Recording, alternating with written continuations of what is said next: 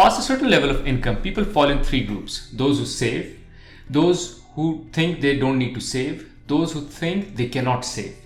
This video is for the latter two. So in this video, I will talk about why saving is the most powerful tool for building wealth, what is the primary reason for all of us to save, and what is the primary reason why some are able to save less than others. Hi, my name is Behroz. I am a finance executive by profession and personal development and growth coach by passion.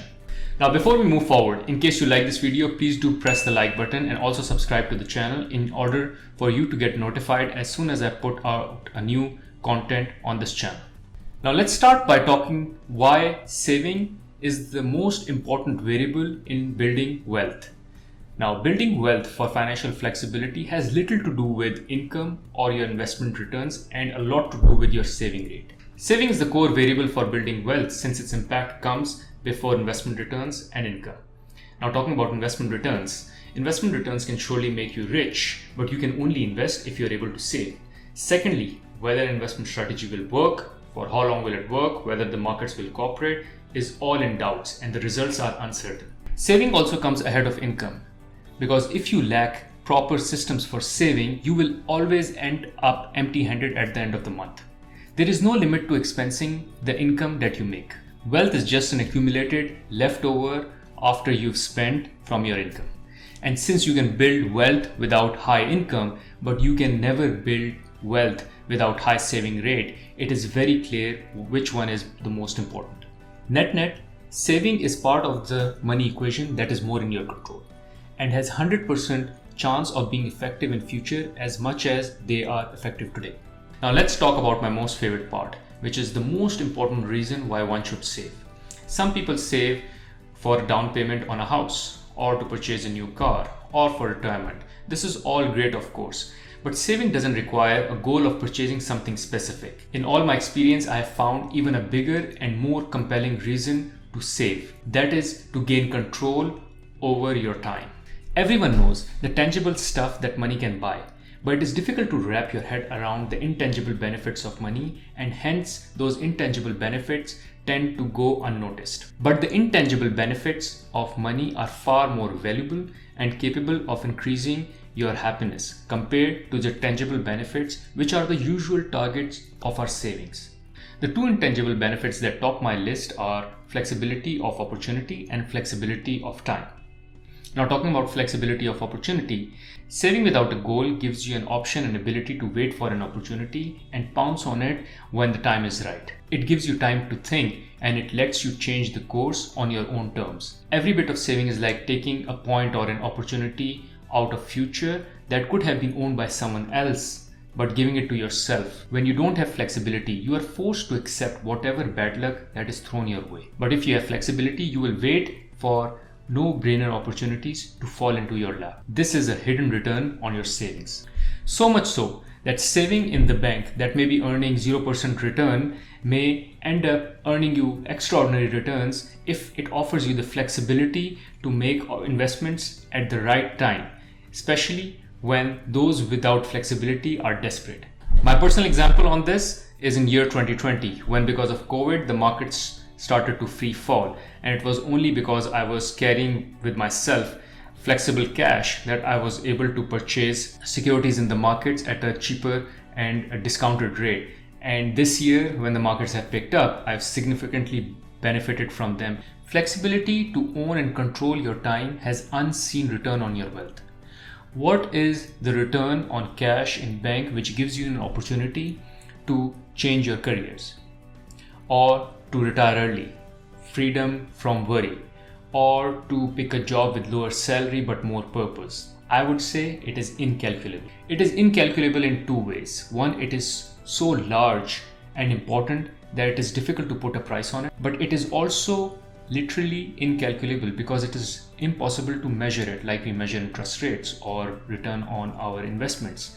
And because it is impossible to measure it, we tend to overlook it. In the words of author Morgan Housel from his book Psychology of Money, controlling your life is the highest dividend money pays. The highest form of wealth is the ability to wake up every morning and say to yourself that I can do whatever I want to do today. People want to become wealthier in order to be happier. However, happiness is a complicated subject because people are different. But if there is a common denominator in happiness, a universal fuel of joy, it is the ability for people to own their lives and own their time. More than your salary, more than the size of your house, more than the prestige of your job, having control on what you do, when you do, with the people you do, is the broadest lifestyle variable that makes people happy. Money's greatest intrinsic value, and this cannot be overstated, is its ability to get you control over your time. A small amount of wealth may mean that you can take time off for a few days in case you are sick. This is huge flexibility in case you don't have it currently with you. A little more wealth may mean that you can wait for a good opportunity in case you get laid off versus trying to get the first job that comes your way. Slightly more wealth may mean that you don't need to be terrified from your boss in case you leave the job, quit and start looking for something else. More still means you can take a job with lower pay but higher flexibility or less commute. Then there is retiring when you want to instead when you need to. Using your money to buy time and options has lifestyle benefits a few luxury goods can compete with. For me, on personal level, I have been able to make personal life choices just because my savings allowed me greater flexibility to make choices that brought me and my family lasting happiness. One such choice was immigrating to Canada. Now, despite having a strong income and career in Middle East, I still decided to quit my career, my job, and immigrate to Canada without any job, and was ready to start from scratch all together, my career and life. So it is due to this flexibility that even at my current workplace, I am able to pick and choose tasks, assignments, and projects that bring me greater fulfillment and satisfaction, even though at times when they are accompanied by promotion, let's say, or increase in salary. It is due to this flexibility that I was easily able to turn down assignments and roles in countries or location which would have compromised my current lifestyle. Hence, it is this pool of savings that allows me the flexibility to make decisions which bring lasting happiness to me and my family. Now, lastly, I will talk about the key reason why some are able to save less than others. Past a certain level of income, what you need is just what sits below your ego. Everyone needs basics.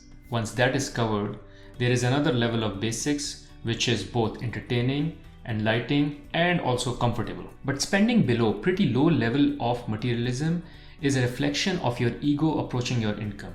It is a way to show others that you have money. Think of it in this way, that one of the most powerful way to increase your saving is not to increase your income, rather to raise your humility. When you define saving as gap between your income and ego, you realize that why most people are unable to save despite decent incomes. People with enduring personal finance success, not necessarily higher income, are the ones who have propensity of not giving a damn about what others think of them. So in summary, savings can be created by spending less.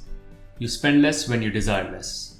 You will desire less when you will care less about what others think of you. I hope by now you would be convinced on the power of saving. In case you liked the video, please do press the like button and also subscribe to the channel so you get notified as soon as I put out a new content on this channel. Thank you for watching.